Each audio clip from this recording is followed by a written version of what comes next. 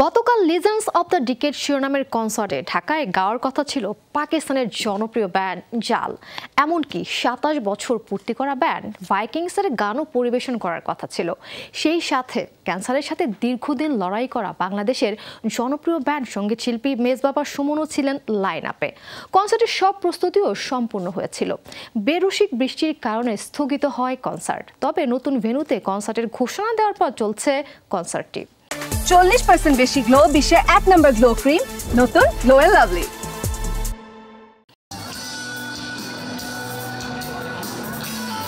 অনেক নাটকীয়তার পর অবশেষে লিজেন্ডস অফ দ্য ডিকেড শিরোনামের কনসার্টটি চলছে দেশের সর্ববৃহৎ শপিং মল যমুনা ফিউচার পার্কে। নির্দিষ্ট দিনে কনসার্টটি করতে না পারায় আয়োজক কমিটি দুঃখ প্রকাশ করে নতুন এই ভেন্যু নির্বাচন করে।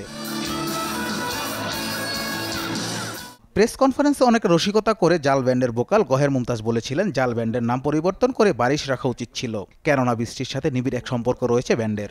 You know, it actually backfired in a way that whenever we used to go somewhere for a concert, it's start raining everywhere.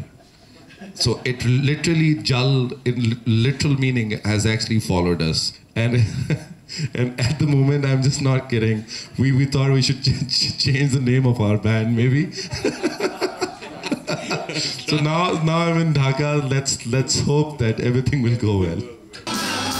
২৭ September এক জরুরি বিজ্ঞপ্তির মাধ্যমে জানানো হয় ভারী বৃষ্টিপাতের কারণে আগের ভেন্যুটিকে বিপজ্জনক মনে করায় আয়োজক ও প্রশাসনের সিদ্ধান্তে স্থগিত করা হয় কনসার্টটি। পরে জানানো হয় যমুনা ফিউচার পার্কের নর্থ কোর্টে আয়োজন করা হবে অনুষ্ঠানটি। চাইল্ডহুড একটা সং আছে সাজনি, তো আমরা ওইটা শোনার জন্য অনেক বেশি এক্সাইটেড হচ্ছে। তো that is the main thing, we are enjoying music, that's it. প্রথম থেকেই প্রায় 10 বছর পর বাংলাদেশে আসা জাল ব্যান্ডের কনসার্ট দেখার জন্য ব্যাপক উৎসাহ দেখা যায় দর্শকের মাঝে। স্থগিত হওয়ার পর কিছুটা মনক্ষুণ্ণ হলেও জাল শো ভাইকিংস অর্থহীনের গানে মেতে উঠতে পারায় বেশ খুশি তারা। ভাইকিংস লং অ্যাগো যখন স্টার সার্চে ওরা আর কি পারফর্ম করেছিল তখন থেকেই ফলো করা হয়। জালের বিষয়টা ভিন্ন, কারণ হলো ওই সময় পাকিস্তানি ব্যান্ডগুলো নাম করছিল। তো সামহাউ এই যে দুটো ব্যান্ড সাথে বেস বাবার কামব্যাক, এটা একটা আমার প্ল্যানই ছিল। সো উপভোগ বলতে কনক্লুশনের শোটা গেল। এখন ইনশাল্লাহ আগামী যে পারফরমেন্সগুলো হবে এগুলো আরও ভালো হবে। এটা নিয়ে একটা জিনিসই বলতে চাই, তন্ময়দা আমরা আছি আপনার সাথে, ভাইকিংস এগিয়ে যাক, বাংলাদেশ আছে আপনার সাথে।